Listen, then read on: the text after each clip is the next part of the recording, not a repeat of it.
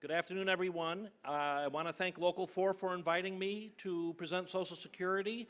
Social Security is one of those topics that people think they know something about, and they talk to their friends, or they now go on social media and talk to total strangers about their Social Security questions. So hopefully I will be raising the Social Security literacy of the group, because it's very important to have a basic working knowledge of how the system works so that you have correct information rather than misinformation. Also, I'd like to thank Laura Jean Hickey, who I've been working with. She was very gracious to invite me in Local 4, so I'm very appreciative. Having said all that, everything I'm about to say is true as of 12:02 Eastern Time on October 27th. And that's because Social Security is not set in stone. Since the passage of the Social Security Act way back in the 1930s during the Depression, the rules have changed, the concepts have changed, and definitions have changed. So what I'm saying to you today is correct as of today, might not be correct in 3 months, and you're going to say, well, that Mr. Shaman said something and it's changed. Remember how I said I'm only responsible for up to this point. So, Social Security, notice, is at the bottom of this pyramid. We have other income, savings and investment, pension, Social Security. So Social Security was never intended to be your sole income in retirement. It's part of a retirement package that was envisioned that you'd work for a company or be in a union that would supply pension, that you would have savings and investments, and perhaps some other income, Powerball, Mega Millions. Social Security supplies sort of the bedrock. It's based on the fact that you pay into FICA and your employer matches that contribution, or if you're self-employed, the net profit from self-employment, you're responsible to pay both parts of the FICA tax. So Social Security is funded by the FICA tax, and that's how we pay out our benefits. How do you qualify? You need to work. Social Security is not based on need. It's based on your contributions into the FICA system. And how do you do that? You just can't give me a check for your FICA. You have to earn it. You have to work in bona fide employment or self-employment. And you have to get credits. And in order to get a Social Security retirement benefit, you have to have 40 quarters. If you need 40 quarters, you can only earn 4 quarters a year. So if you need 40 quarters and you can only earn 4 a year, and I'm going to put you on the spot after this morning's game in the rain, how many years do you have to work under Social Security to get a benefit? 10. Very good. Notice you only need $13.20 in earnings to get a credit. It's not very much.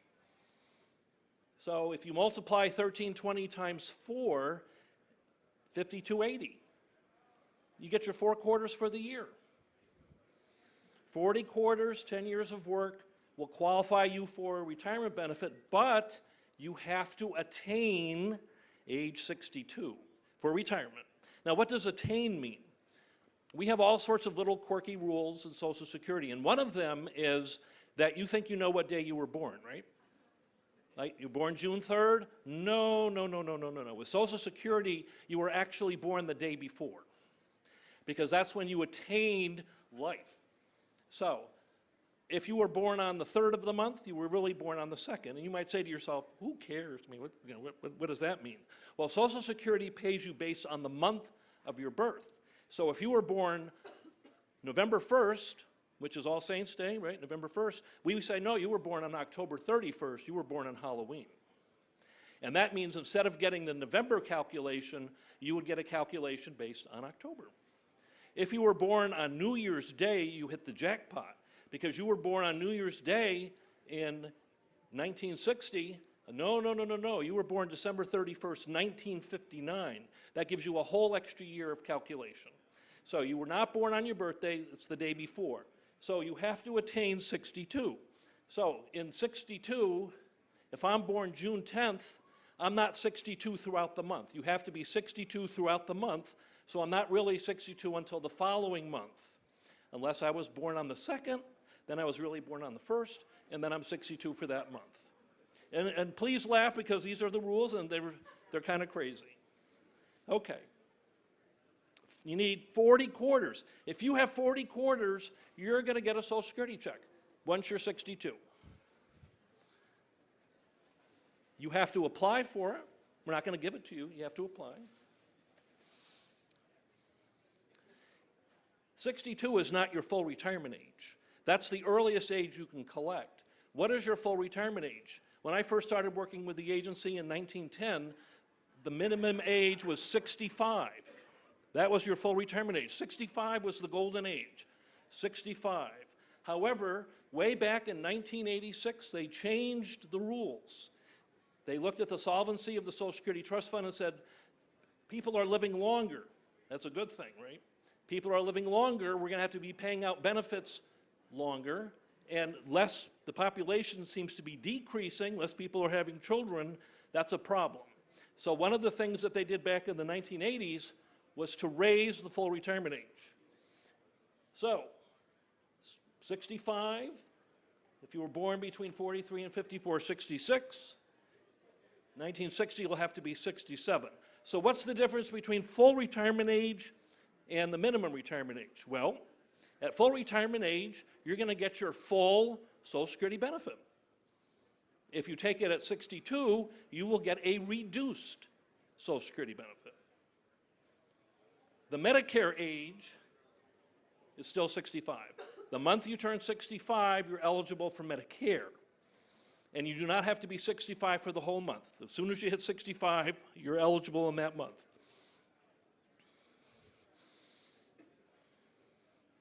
How do we calculate your benefits?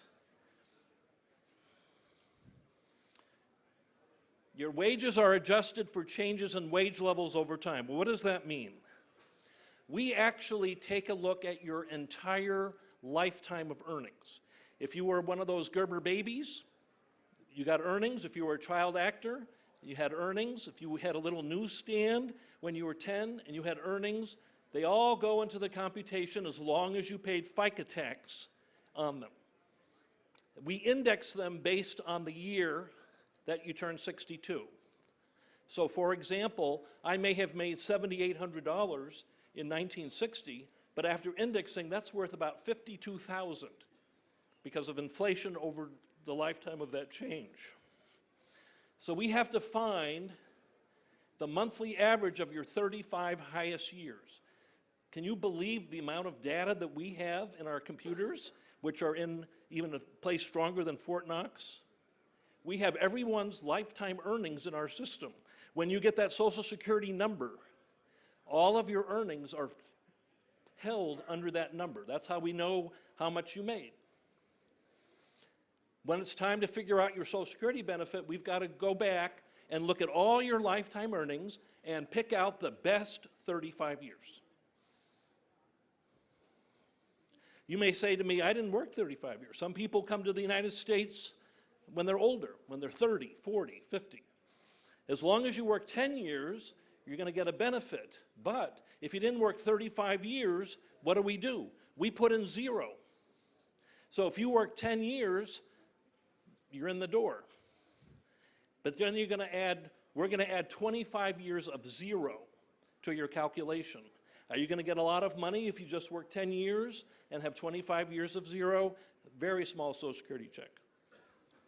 Now, someone could put in max earnings. I think you realize we don't take the FICA tax unlimited. There's a limit to how much we'll take the FICA tax out. Your Medicare tax, doesn't matter how much you make, we take the Medicare. But for the Social Security FICA, once you hit $118,000 for the year, we stop taking FICA, and anything over that, there's no FICA tax. And that level changes every year. Someone could make 10 years top money, the level. They're going to get a smaller check than someone who worked the full 35 years because a 0 in your computation really brings down your check. So the result is an average index monthly earnings. So while you only need 10 years to get yourself in the door, like if you have 9 years, nothing to talk about. 10 years you're in. But the bigger the benefit is the higher of your 35 years. So consistent work for 35 years, higher money. Okay, so let's say we did this computation And we figured out that over your lifetime, your average monthly earnings are $5,500. That's your entire life's work right up there. We apply something called bend points. Now, the Social Security system is based on the old German railroad pension, which was Bismarck way back in the German days. But a lot of the modeling for this concept is from the German pension system. The theory is we're trying to replace your earnings because you're no longer working because you're retired. So we want to replace 90% for most people. Most people can make this first level of $895. Now these figures change every year based on the average index for the country. So we look at all of those earnings, calculate it out, and these bend points are established. So we want to replace as much as we can for the average wage. So the first $895 of your monthly earnings of $5,500, we're going to give you 90%. And as you can see, that's $805. Then we go to sort of a little higher level of earnings. We replace less of a percent, 32%, through $5,397, comes out to $1,440. 15% of earnings over $5,397. These are really top earnings. Your monthly benefit added up is $2,260.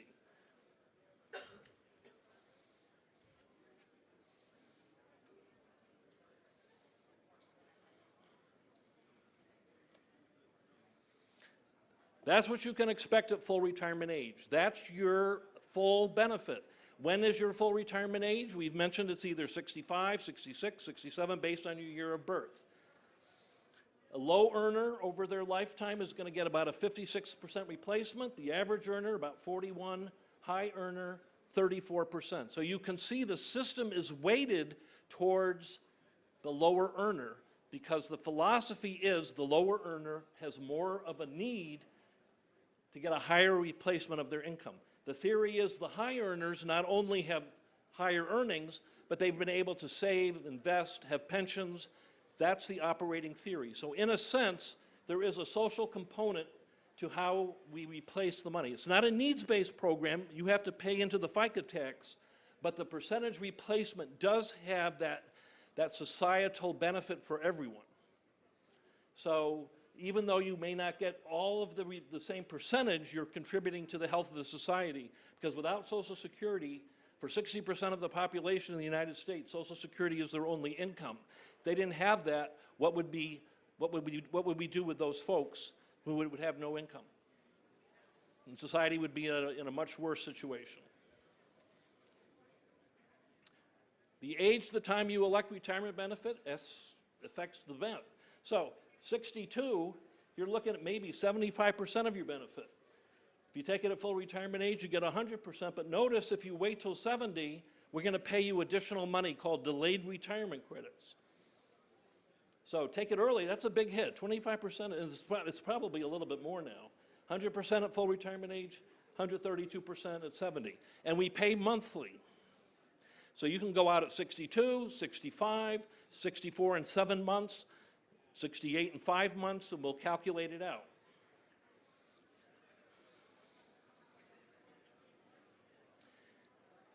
In addition to the retiree, you or the worker, who else can get benefits? We didn't used to get a lot of children for benefits back about 20, 30 years ago. Now, totally different. A lot of children eligible.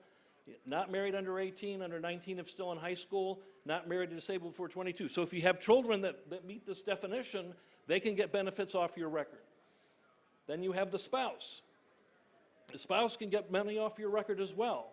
They have to be 62 or older, or taking care of a child under 16 or disabled. They get 50% of the worker's benefit, but it depends how old they are when they take it, unless they have a child under care. So you're not just insuring yourself by working, but your eligible family members, your spouse, children.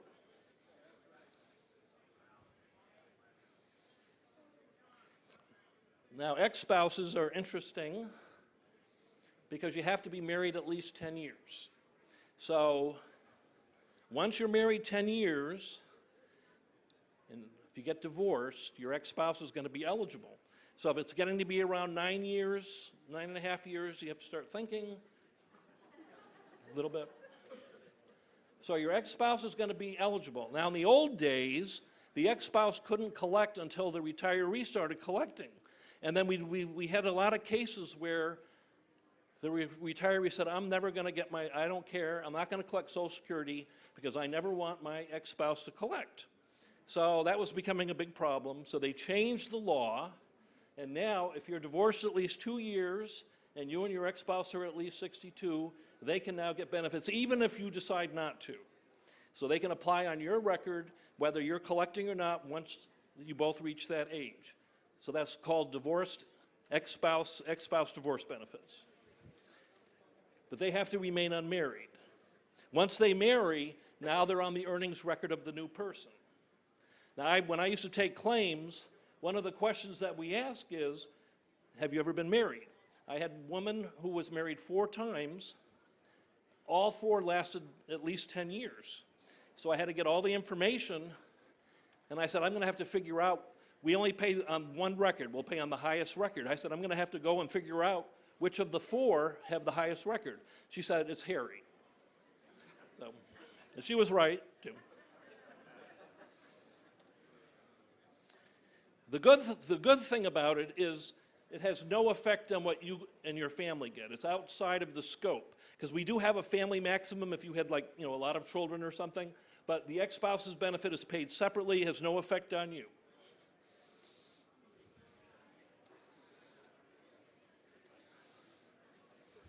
Those are the life cases. Survivor benefits are computed a little bit differently, and widow or widowers have a totally different computation and rules. So at full retirement age, your widow or your surviving spouse would get 100% of whatever you were getting. If they take it before their full retirement age, they would get 71.5%. Survivors have the option of choosing one record while they're 60 to full retirement age, the lower record, and then they can switch to the higher record once they're at full retirement age. Only widows or widowers can do that.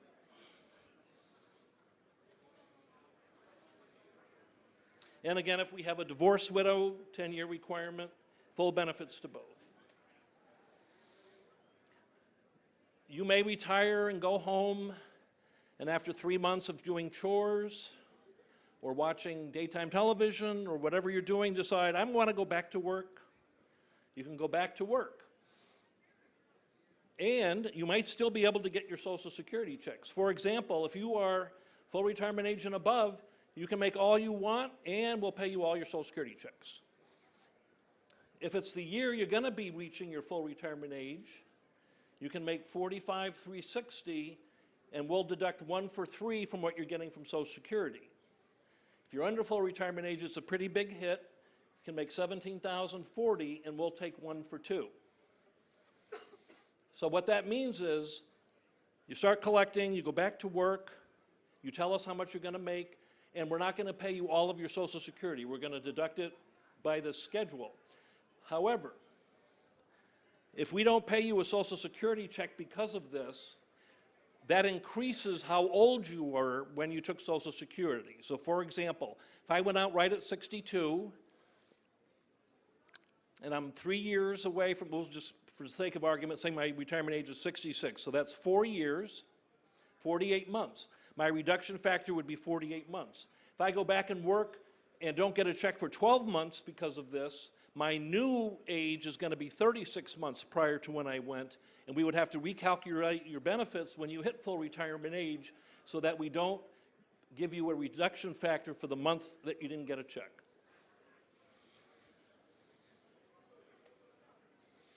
Okay, here's the million-dollar question.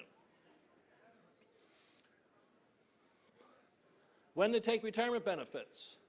Well, we know it's between 62 and 70, any month in between.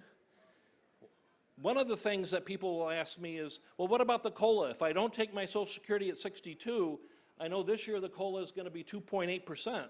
What happens to the COLA? Once you hit 62, even if you don't take your Social Security benefits, you get credit for any COLA between now and when you start taking Social Security. So if there's a 2.8 COLA, you're going to get that into your benefit computation. So there's no, you don't have to rush and collect to cash in on the COLA. It's automatic. Anyone born in 1956 is going to get 2.8 added into their calculation. Are there auxiliary benefits involved? As I mentioned, you're not just insuring yourself. If you have children, spouse, that's additional money to the household because we can pay additional benefits if you have auxiliaries. Are you going to go back to work? 2015, remember how I said the rules change? Two major rule changes in 2015. The first was what we call deemed filing. It used to be, if I had a spouse who was collecting Social Security and I went in to apply for Social Security, one of the questions is, are you married? Yes. Is your spouse collecting Social Security? Yes. If I was at full retirement age or older, they would ask me, would you rather collect your benefit or half of your spouse's? And I would have that option. If I went into the office before I was full retirement age, I didn't have that option. We would deem file you. Oh, you have to file for both yours and your spouse. That was the old rule. The new rule is when you file now, you're filing for both. So if you file for yourself, you also have to file for any benefit from your spouse if your spouse is collecting.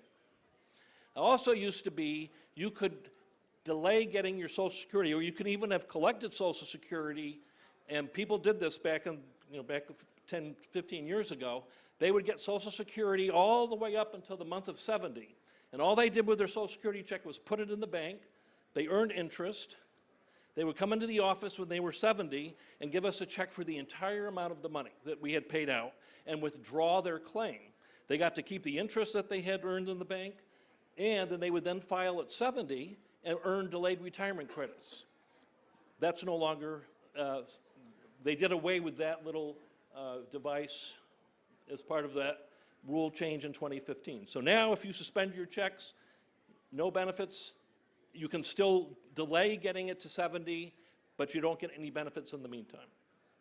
So the trick here is, I want to wait till I'm 70 to get my Social Security. So maybe at 67, 68, I say, I don't want any more checks. I want to suspend my checks till 70. We'll do that, but while you're suspended, you get no Social Security checks, and no one can file on your record to get Social Security checks. What should I do? Should I take it? You have to think about that. Some people think they're going to go out, leave the parking lot and get hit by a truck. Other people think, I'm going to live to 100. I'm going to know who I am. I'm going to know where I am. I'm going to know what I'm doing. All right, those are the two extremes. You have to look at all sorts of issues. Can you wait comfortably until you're 70? You would earn 8% a year from the time of your full retirement age to 70. You would earn 8% a year higher benefit for your Social Security check. That's a safe, no-risk investment. The only risk is, will you make it to 70 in good shape? Do you have other income that will support you? Do you need the Social Security income? If you need it, you need to take it. If you don't need it, you can wait till 70, let it build up so that it's the highest possible amount. You also keep your tax liability lower because we don't have to, IRS doesn't have to include Social Security as part of your income. Some people do not have that luxury. They can't afford to wait till 70 to take their Social Security. Those are the considerations, so there's no right or wrong answer. All I can do is tell you what the rules are, and then you can apply them to your situation. And you can apply right online. Our website is wonderful, www.ssa.gov. It used to be you had to come into the office or call on the phone. When I do a lot of speaking for colleges, and when they hear, you have to go in the office? Phone? You know what? So now we do have online. I don't think they would want to be caught dead in a Social Security office. You have to take a number. Take a number, okay. So your benefits can be taxable. As I said, about a third of people who get Social Security, if their income is high enough that we have to consider some of their Social Security as taxable, you get a 1099. Now we're going to shift to Medicare. You have to be 65 or older sometime in the month, or 2 years on Social Security disability, or have ALS, permanent kidney failure, or exposure to certain environmental health hazards. 4 parts to Medicare. A is hospital insurance. That is made because you have 40 quarters. Your 40 quarters doesn't just get you your Social Security check, it gets you Part A. You become eligible for Part B, but you have to pay a premium, at least $134 a month, maybe higher depending on your income. You can sign up for the HMO plan, the Medicare Advantage plan, and you can also sign up for Medicare prescription drug plan. Social Security only does entitlement for A and B. We have nothing to do with C or D. I'm not allowed to talk about C and D. So, when can you sign up for Part B? Of all the things that I've said, this is the one thing I want you to remember. Everything else, you can go on the website, look at everything up. This is the most important thing. 65, if you're getting Social Security, you don't have to do anything. We're going to mail you your Medicare card in the mail, and it's going to make it both A and B. If you don't want the B, you have to sign a little thing and send it back saying, I just want A, I don't want to pay for B at the moment. If you don't sign up at 65, you can do the 3 months before, at 65, the 3 months after. After that date, you're no longer in your initial period.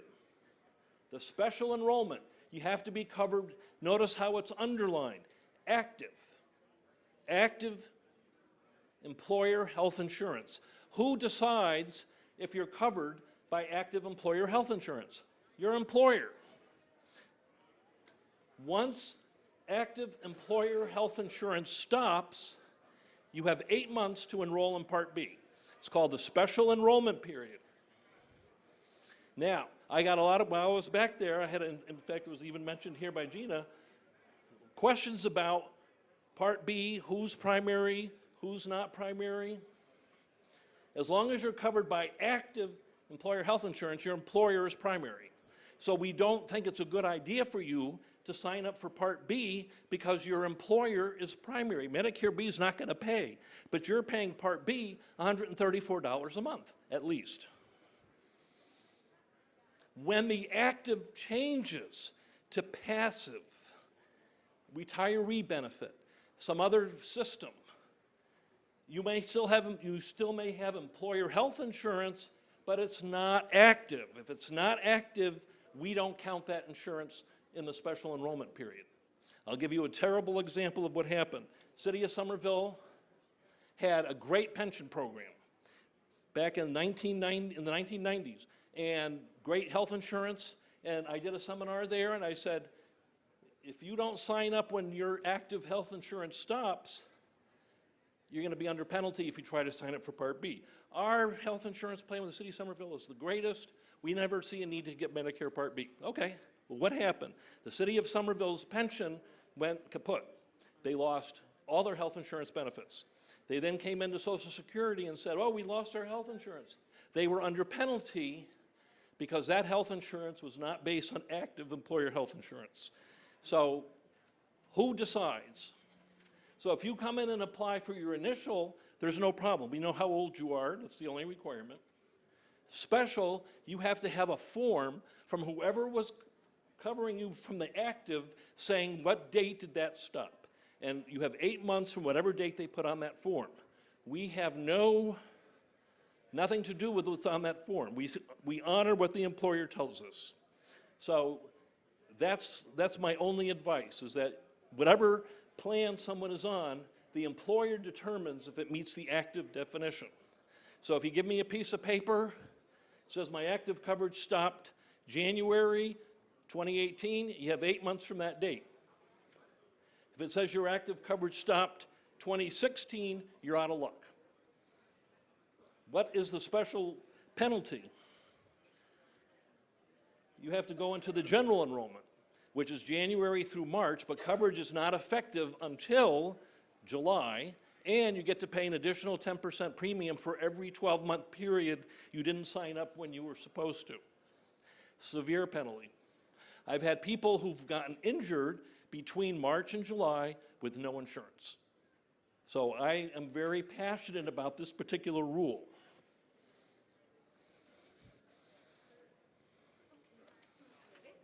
Almost. Okay. Whoop. Online services, really, the 800 number, I don't advise it. Go online. All of these things can be done online. www.ssa.gov. And thank you for inviting me.